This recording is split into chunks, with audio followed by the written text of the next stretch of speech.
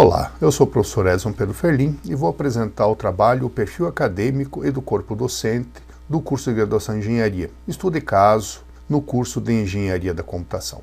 Então, primeiramente, vamos contextualizar um pouquinho. Então, nosso objetivo aqui é apresentar essa análise do perfil tanto acadêmico quanto do corpo docente de cursos de Engenharia da Computação que passaram pelo processo de reconhecimento do sistema INEP-MEC. Então, foram pegos cursos que passaram por esse processo em 2018 e 2019, curso na modalidade presencial, que abrange as 5 regiões, Sul, Sudeste, Centro-Oeste, Norte e Nordeste, de modo a ter uma visão um pouco mais clara. Então, quais características nós temos desses cursos? Foram numerados de IES 1 até IES 8, onde IES 1 é um curso de uma faculdade particular da região Sul, IES 2 de uma universidade pública da região Centro-Oeste, IES 3 de uma universidade comunitária da região Sul, IES 4 uma faculdade particular da região Sudeste, IES 5 de uma universidade particular da região Centro-Oeste, IES 6 de uma faculdade particular da região Norte, IES 7 do Instituto Federal da região Sudeste e IES 8 do Instituto Federal da região Nordeste. Então esses foram os cursos que foram utilizados para esse estudo aí. Então, em termos de análise já de resultados, então, olhando agora o perfil, inicialmente o perfil acadêmico dos cursos. Então, nós temos aí os 8 cursos, IES 1 até IES 8, e a gente percebe que todos eles trabalham por no mínimo 3.600 horas, que é o mínimo estabelecido em termos de legislação. 4 deles estão nesses 3.600, já em torno de 4.000 horas os outros 3, e um curso que tem um diferencial, que está com 5.520, que é um curso que trabalha em 2 turnos, tanto tem atividade quanto manhã quanto tarde, por isso que tem essa carga horária elevada. Se nós agora fizermos uma estratificação de carga horária total por organização administrativa, ou seja, instituições públicas, particular e comunitária. Então nós temos ali que as cursos de instituições públicas estão na 3.600 horas, que é o mínimo estabelecido. Já das comunitárias vai para em torno de 3.900 horas, e das particulares vai para 4.310 horas, onde tem a maior carga horária total. Em termos dessa distribuição, agora em termos de disciplina, desses cursos aí. Então nós estamos falando de instituições que têm cursos com 2.960 horas em disciplinas, e o curso com 5.100 horas. E em termos de média, nós estamos falando cursos em termos de média, com 3.300 horas em carga horária, né, em termos de disciplina. A restante vem dos conteúdos complementares. Então aqui nós temos, olhando agora os conteúdos complementares, que são eles, estágio, atividades complementares, TCC. Então nós temos aí um curso que tem no mínimo 288 horas e um curso que tem no máximo 640 horas. Uma média de 440 horas de conteúdos complementares. Se nós olharmos agora um detalhamento desses conteúdos complementares, o que nós temos? Então nós temos aí essa diversidade, né, tanto de atividades complementares, quanto de TCC, quanto de estágio, só que aqui nós temos dois elementos que já se destacam aqui. Do curso IES 4, que não compreende atividades complementares, eles não têm essa característica, essa figura, tem outras atividades, mas não como atividades complementares. E a IES 8, que não tem estágio supervisionado, porque ela segue duas diretrizes, e ela segue nessa questão a diretriz da computação, que se for especificado que não tem estágio, não necessariamente precisa ter. Então, por isso dessa diferença aí. Mas percebe-se que todos os cursos têm essas outras atividades, esses outros conteúdos complementares, quer seja TCC, quer seja atividades complementares ou mesmo estágio. Se nós olharmos agora o perfil do corpo docente, então nós olhamos ali o curso, agora vamos olhar um pouquinho o corpo docente. Então, em termos de titulação acadêmica, também estratificando por organização administrativa, ou seja, instituições públicas, particulares e comunitárias. Então, o que a gente percebe? Que nas públicas, a maioria dos professores são doutores, a grande maioria. Já na comunitária, os valores estão bem distribuídos entre mestres e doutores. E nas particulares, nós temos aí uma predominância maior de professores mestres e uma parcela considerável de professores especialistas. Então, aqui já começa a haver uma certa diferença em termos do perfil.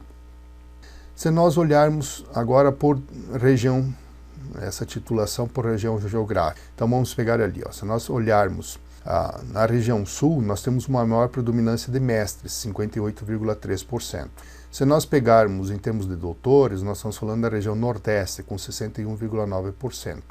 E em termos de especialistas, a maior parcela está na região norte, com 21,4%. Então, percebe-se claramente que nós temos aqui uma grande diversidade em termos de titulação acadêmica quando a gente olha a questão da distribuição geográfica. Se nós olharmos o IQCD, que é o Índice de Qualificação do Corpo Docente, que é um dos quesitos que se analisa os cursos, o que nós temos?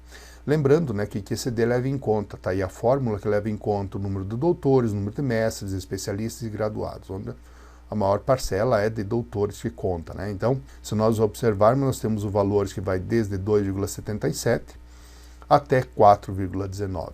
Cursos que têm maior porcentagem de doutores têm o IQCD maior do que aqueles que têm mais especialistas, que já o IQCD acaba sendo menor. Se nós observarmos agora, em termos de tempo de dedicação, que seria tempo integral, tempo parcial ou horista, também observando a organização administrativa, o que nós temos? Que na pública, 100% dos professores é considerado tempo integral. Já quando nós pegamos a comunitária, nós percebemos que nós temos está mais ou menos equilibrado a distribuição entre tempo integral e tempo parcial. E já quando nós olhamos as instituições particulares, o que nós temos? Nós temos uma maior predominância de professores horistas, depois professores com tempo parcial e uma parcela em torno de 20% de professores de tempo integral. Então, que a gente já percebe claramente que há uma grande divergência em termos de tempo de dedicação. Também, se nós olharmos a produção técnico-científica, o que nós temos? Agora também por organização. Então, universidade, Instituto Federal e faculdade.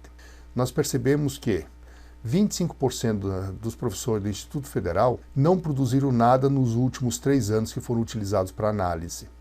Já das universidades, esse número cresce para 28,2%.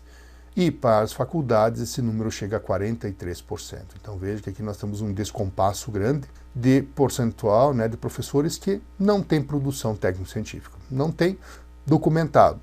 Pode ser que tenham e não esteja documentado, mas é o que se utiliza para efeito de comparação. E isso realmente é uma coisa que cada instituição tem que analisar esses números aí.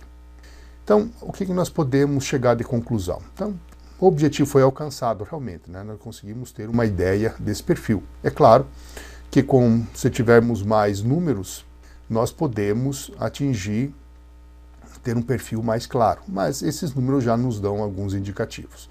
E aqui lembrando que nós estamos pegando o curso de todas as regiões, então já tem uma distribuição interessante. Se nós observarmos então em termos de carga horária, todos eles estão acima das 3.600 que é estabelecido em termos legais, né, em termos mínimos, né?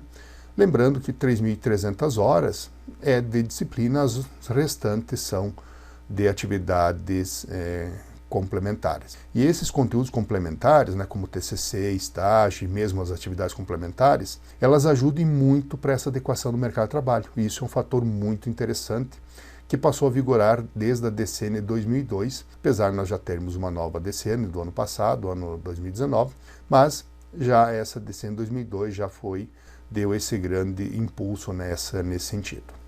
Em termos de titulação, nós vemos que os cursos de IES públicas há um maior percentual de doutores, enquanto nas IES particulares, uma maior porcentagem de especialistas. Em termos de tempo de dedicação, da IES públicas, todos os professores são basicamente TI, enquanto nas particulares há uma predominância de professores horistas.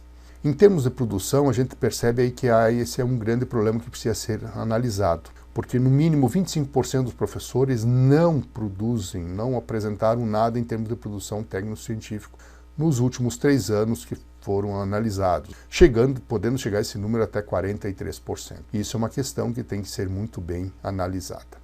Obrigado e até a próxima.